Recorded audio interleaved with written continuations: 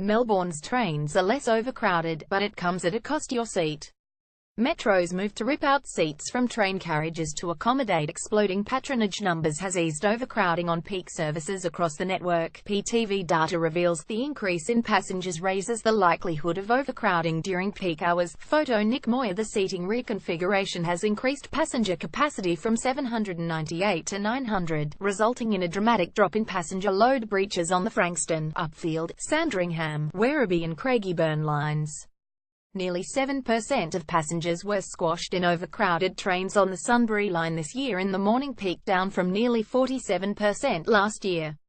Illustration: Matt Golding. On the Craigieburn line, the most overcrowded line this year, nearly 36% of passengers travelled in trains that were more than 100% full.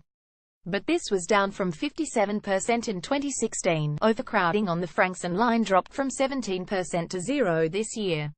The removal of train seats comes as Melburnians brace for a shoulder-to-shoulder, Tokyo-style commute on a new fleet of 65 high-capacity trains to be rolled out from mid-2019.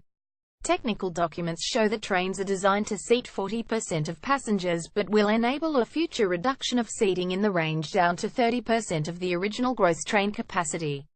Removing seating to deal with overcrowding increases capacity, but it provides only temporary reprieve, said Public Transport Users Association spokesman Daniel Bowen. The free tram zone had triggered huge patronage growth, but removing seating had caused a serious lack of seating on most trams. He said, the B-class trams were modified to reduce 52 seats to 40 seats, but this did not change the tram's maximum capacity of 120 passengers in the CBD. The B-class Apollo trams have very little seating, Mr. Bowen said. If you need a seat, it's often very hard to find one. The question will be what's the next step as patronage keeps growing. They can't keep taking out more seats. They really need to start running more services. Despite Metro's efforts, some lines on the network are showing signs of overcrowding. The South Morang line, the route servicing the country's fastest-growing suburb, had a spike in overcrowding this year, jumping from 26% to 33% of passengers crammed inside full trains. The service is to face high patronage growth, and no peak services will be added, despite an extension of the line to Mernda. The annual passenger count is done in May every year by independent surveyors, but it appears this will be the last year passengers are counted manually. Mequi transactions or automatic passenger counters are to provide data on loads from all year round on any given day, and at any location in the network on trains, trams and buses from next year, the Tram Passenger Load Survey stated.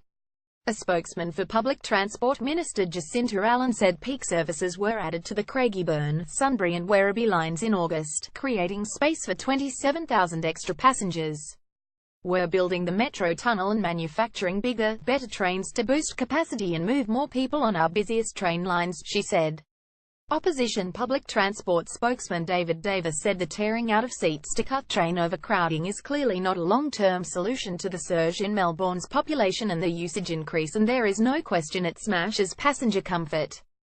Greens Transport spokeswoman Samantha Dunn said high-capacity signalling was needed to deal with long-term population growth. Until we have a network-wide approach, our system will be hamstrung by the signalling.